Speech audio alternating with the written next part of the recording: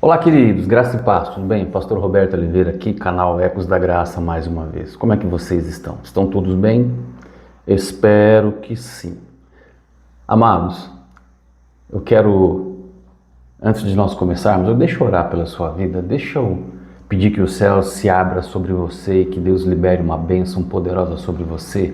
Você aceita? Então ore comigo. Bondoso Deus e Pai, em nome de Jesus, nós colocamos as nossas vidas diante da Tua presença neste dia, Senhor.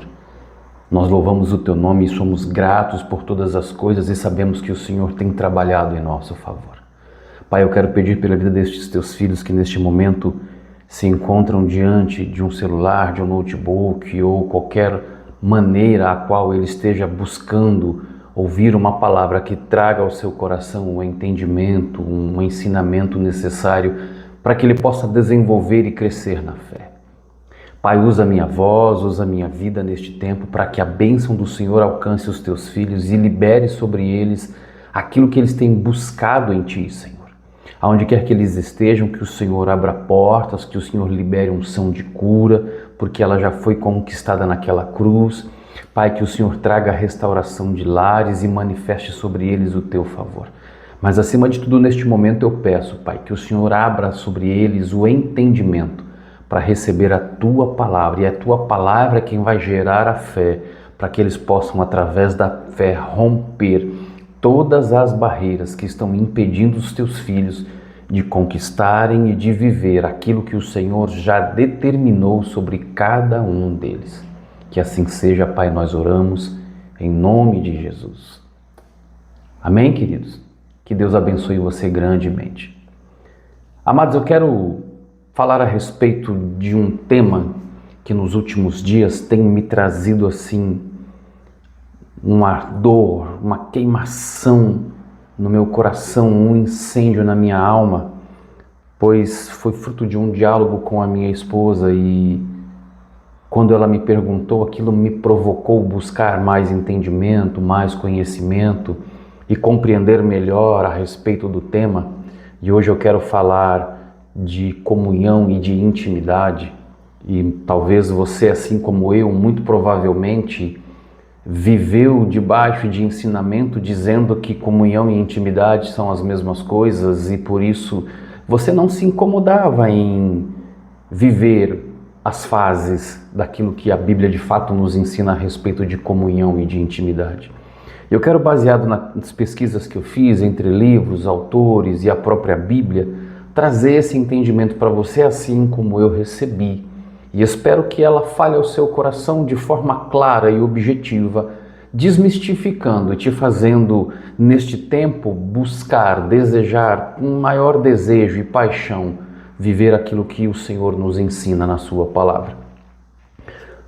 Para quem não sabe, a palavra comunhão vem do grego e chama-se koinonia, e ela significa participação, compartilhar, parceria, vida em comum e relacionamento ativo. Certamente, assim como eu, você deve ter ouvido algum pastor pregar na sua igreja ou ensinar em alguma escola bíblica que intimidade, ela fala a respeito principalmente quando o casal vai se conhecer pela primeira vez. Você sabe do que eu estou dizendo, né? Então, mas na verdade, quando nós olhamos para a palavra comunhão e não intimidade, o ato entre o casal no seu quarto, no seu momento de núpcias, fala exatamente sobre comunhão e não sobre intimidade, como muitas vezes eu aprendi e eu vi muitos pastores falar e também ensinei. Porque quando o casal se encontra para consumar o casamento, você tem participação, você tem compartilhamento, você tem uma parceria, você tem uma vida em comum e você tem um relacionamento ativo. Mas nós usamos muitas vezes o termo intimidade e as pessoas pensam, e aqui eu vou deixar claro do que nós estamos tratando, que o ato sexual é a intimidade do casal. É óbvio que tem que ser feito, pelo amor de Jesus, somente entre eles, não deve haver terceiros né? Portanto, você que me ouve, por favor, em nome de Jesus, o teu corpo pertence à sua esposa e o corpo da esposa pertence ao seu marido, apenas, não a terceiros, em nome de Jesus. E quando nós olhamos para isso, nós vamos para a palavra lá de 1 João, que nos diz o seguinte: a nossa comunhão é com o Pai e com seu Filho Jesus. Ou seja, o apóstolo João, quando ele escreve a sua primeira carta, ele está dizendo para mim e para você o seguinte, que a comunhão que ele vivia com os irmãos era com o Pai e com o Filho. Comunhão, porque eles tinham participação, compartilhamento, parceria, vida em comum e um relacionamento ativo. A comunhão, ela vai significar viver um relacionamento com Deus. E quando nós entendemos e temos maior clareza a respeito de determinados temas que a Bíblia nos trata, nós vamos ter uma compreensão maior da forma a qual Deus quer que a gente viva a nossa fé. E quando isso acontece, a tendência é que a gente mude comportamentos e as pessoas certamente vão questionar: mas você está vivendo diferente, está fazendo as coisas diferentes. Óbvio, quando Deus traz um ensinamento que descortina os nossos olhos e nos faz compreender aquilo que Ele está nos dando como revelação de verdade, muita coisa sai do contexto religioso e entra no contexto real, espiritual. Tanto que quando a gente entende que comunhão significa viver um relacionamento com Deus, nós vamos entender que isso nos traz a responsabilidade em oração, leitura da palavra, ter uma vida espiritual ativa, obediência e convivência com Deus. Preste atenção, convivência com Deus, ok? Ou seja, comunhão é viver conectado a Deus, não é? Comunhão é viver conectado a Deus. Agora, quando nós entramos no termo intimidade, e aqui espero que isso impacte você tanto quanto me impactou, porque durante estes anos que eu fui ensinado e ensinei que comunhão e intimidade eram a mesma coisa e nunca foi, quando eu descobri aqui agora, semana passada, isso me trouxe uma clareza, um entendimento, me trouxe um desejo ardente de buscar a Deus de uma forma tão diferente, queridos, que eu desejo sinceramente que o teu espírito, o teu coração seja tomado pelo mesmo desejo, não abandonando a comunhão, óbvio. Eu preciso da comunhão para chegar na intimidade. Eu preciso do processo chamado comunhão para poder romper essa bolha que a comunhão muitas vezes estabelece e nós começamos a chamá-lo de sistema religioso ou religiosidade, para que eu possa entrar no último degrau, no último estágio, no último lance em que eu sei que eu vou conseguir chegar e eu posso chegar e viver algo ainda mais profundo que a comunhão. E eu quero trazer esse entendimento para você, para que você possa compreender aquilo que de fato é viver intimidade. E por que nós erramos quando ensinamos que intimidade é quando o casal se encontra para sua noite de núpcias, e não é. Nós erramos quando fazemos essa analogia, porque intimidade é profundidade no relacionamento. E por que eu digo para você que nós erramos quando usamos a analogia do ato sexual entre o casal na sua noite de núpcias ou em qualquer outro momento em que o casal decida desfrutar desta bênção que Deus nos concede, que é o sexo? Porque o sexo apenas nos faz entender a troca de energia, nos faz entender um contato mais corporal, um contato mais que seja movido por sentimentos, por hormônios e entre outras coisas. Porém, a intimidade me faz conhecer a alma da minha esposa, assim como também leva a minha esposa a conhecer a minha alma. Ou seja, ela vai tocar na minha essência, ela vai conhecer quem eu sou por dentro, talvez não na sua totalidade, até porque o único que de fato é capaz de fazer isso é o próprio Deus, pois a Bíblia nos diz que Ele, através da sua palavra, que é cortante como uma espada afiada, capaz de separar junta e medula, alma e espírito. Então, somente Deus, através da sua palavra, quando ela entra no nosso coração, é que de fato começa a pavimentar o caminho, primeiro para a comunhão, e depois nos conduz, essa pavimentação nos conduz a viver e a buscar, a desejar de forma intrínseca, apaixonada, a intimidade. Então, quando nós olhamos para o termo intimidade, e voltando à questão da analogia, erramos por esta razão. Porque o ato sexual com a minha esposa não me dá entendimento de que a alma dela está sendo desvendada. Assim como acredito que ela também tem este mesmo entendimento. Porém, já a intimidade dentro dos textos bíblicos, seja do Antigo como no Novo, está ligada à palavra sod no hebraico. E o que essa palavra significa? Segredo, conselho íntimo, confidência e amizade profunda. Você percebe como muda entre comunhão e intimidade os termos, o significado, isso dentro do contexto hebraico e grego, através da essência da palavra que traz koinonia e sod no hebraico, koinonia no grego, o significado de cada uma delas. Eu vou repetir para você entender. Em hebraico, a palavra usada para intimidade é sod, S-O-D, transliterado do hebraico, tá? E traz a significado de segredo, conselho íntimo, confidência e amizade profunda. Um exemplo que nos faz compreender isso, lá em Salmo 25:14, vai dizer o seguinte: a intimidade do Senhor, olha o termo, a intimidade do Senhor é para os que o temem. Então, nós falamos tanto nas igrejas, tanto nos cultos, nas mensagens que pregamos, a respeito de intimidade, mas nós desconhecemos muitas vezes o que de fato significa viver intimidade com Deus, o que significa ter comunhão com Deus. E são coisas distintas, ambas são usadas para estabelecer um processo onde nós teremos um relacionamento com Deus.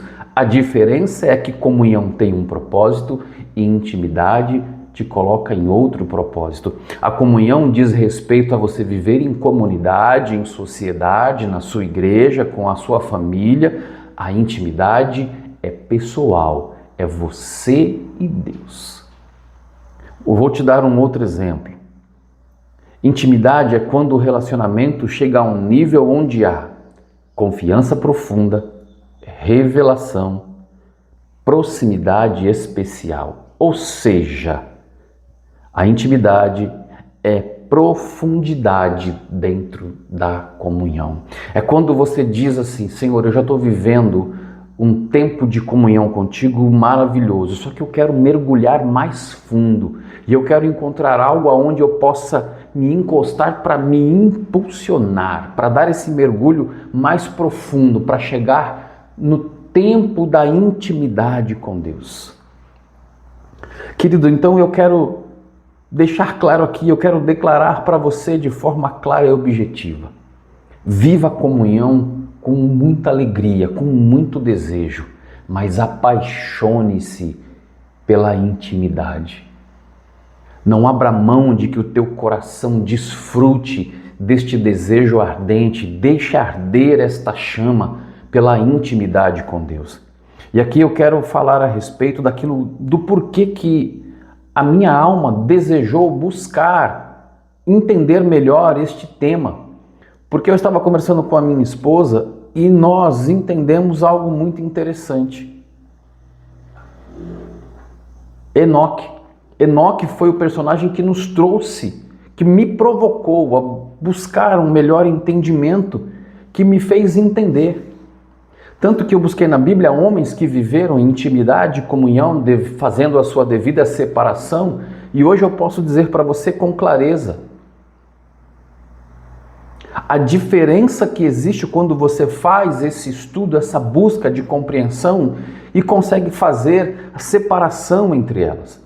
Eu posso citar o primeiro e certamente se eu perguntasse aqui quem você arriscaria, você diria o nome e não erraria. O primeiro deles é Adão, a intimidade da comunhão original. Por qual razão? Porque eles ouviram a voz do Senhor Deus quando eles passeavam pelo jardim na viração do dia. Tanto Adão quanto Eva. Na viração do dia, o próprio Deus saía do seu trono e vinha para a terra para andar com Adão passeando por aquele jardim. Você já imaginou o nível de intimidade? Já imaginou o nível de presença? É claro que este momento, este ato, foi antes da queda. Este momento de intimidade entre Adão e Deus foi antes do pecado tomar conta, chegar na humanidade. Deus caminhava com o homem. Não havia medo e não havia separação. Porque não havia pecado, o pecado não existia, o pecado não fazia parte do contexto, do cotidiano humano. E Deus tinha prazer em estar ali e visitar o homem. Era uma intimidade de uma presença natural, ou seja, é como hoje você ter os teus filhos, a tua esposa ao teu lado, é um processo natural, porque você trabalhou este conjunto de comunhão e intimidade com os seus familiares. Assim era Adão e Eva com Deus. Era um projeto onde Deus certamente elaborou e que Satanás, através da serpente, da mentira do diabo, enganou o coração do homem. O homem não buscava Deus, ele vivia com Deus. Você consegue entender isso, irmão? Ele não precisava do que nós hoje dispomos de ferramentas, vamos assim dizer, para poder ter contato, ter comunhão com Deus, oração, jejum, renúncias, entre tantas outras ferramentas e fórmulas que se inventam para sentir a presença de Deus. Olha que coisa. E eu vou falar esse outro personagem agora, e foi de fato o homem assim que me explodiu por dentro quando eu li os pouquíssimos versículos que a Bíblia trata a respeito dele, mas traz algo assim que é assustador para mim. Por quê? Porque a Bíblia diz que Enoque andou com Deus. E aí, me perdoe, eu não quero ofender ninguém, atingir ninguém com o que eu vou dizer. Virão os santarrões aqui? Eu também ando com Deus. É mesmo, querido? Você está fazendo o que aqui na terra ainda? Se você andar com Deus, me explica o que você está fazendo aqui. Porque a Bíblia diz que Enoque andou com Deus e Deus o tomou para si. Se você anda com Deus, por que você está assistindo meu vídeo aqui agora? Você consegue me explicar? Eu espero que de fato este vídeo mude o teu conceito entre intimidade e comunhão. E repito, não quero de forma alguma que você abra mão da comunhão, porque ela é extremamente necessária para pavimentar o caminho para você viver intimidade com Deus. Ela é extremamente necessária para que você tenha o impulso para chegar no nível de intimidade com Deus. E quando nós falamos de Enoque, nós temos realmente, infelizmente, pouquíssimas linhas. A Bíblia não acrescenta mais nada e confesso como eu gostaria de que a Bíblia nos trouxesse mais informações para entendermos como este homem chegou a este ponto. E nós estamos falando de um homem depois da queda do homem através do pecado. Qual foi a ferramenta, quais as fórmulas que ele usou para chegar neste nível, queridos? É algo realmente assim que me espanta, porque a Bíblia diz que ele andou com Deus e Deus o tomou para si. E eu sei que muitos crentes que vão ouvir esta mensagem têm o mesmo desejo: Senhor, como eu gostaria de estar contigo. Mas quando nós falamos, a queda já havia acontecido e depois da queda a humanidade se afastou de Deus. Mas Enoque aparece como alguém que restaurou o relacionamento. Mas o que eu desejo entender e trazer para você e despertar em você, em seu coração, não é só restaurar o relacionamento. É você buscar em Deus algo que te faça viver, no mínimo, algo semelhante ao que Enoque viveu. Por qual razão? Ele não só restaurou o relacionamento, Ele não precisava visitar a Deus, ele andava com Deus. E quando você diz andava com Deus, você percebe o processo como é diferente? Com Adão, Deus descia. E quando nós lemos esse texto, se eu não estiver interpretando errado, mas lendo as entrelinhas, eu percebo que se ele andava com Deus, ele já não andava com Deus aqui nesta terra. Quando Enoque estava com Deus, ele estava num plano totalmente diferente, num nível totalmente de comunhão. A forma a qual ele atingiu a intimidade com Deus foi tão grande que ele não vivia neste plano. Eu não sei se isso choca você, mas quando eu parei para perceber as entrelinhas da palavra de Deus e fazer a devida observação, aquilo me assustou absurdamente, porque a Bíblia menciona 2 vezes, mostrando a constância da vida de Enoque. Tanto que a Bíblia diz o quê? Qual é o resultado dessa vida constante dele com Deus?